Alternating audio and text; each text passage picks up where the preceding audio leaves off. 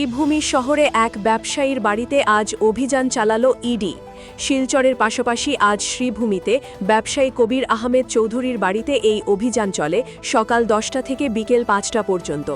সুপারি ব্যবসার কেলেঙ্কারির অভিযোগে এই অভিযান চালিয়েছে ইডি। বহু নথিপত্র বাজেয়াপ্ত করা হয়েছে, তবে তদন্তকারী দলটির পক্ষ থেকে সংবাদ মাধ্যমকে কোনো কিছু তথ্য জানানো হয়নি।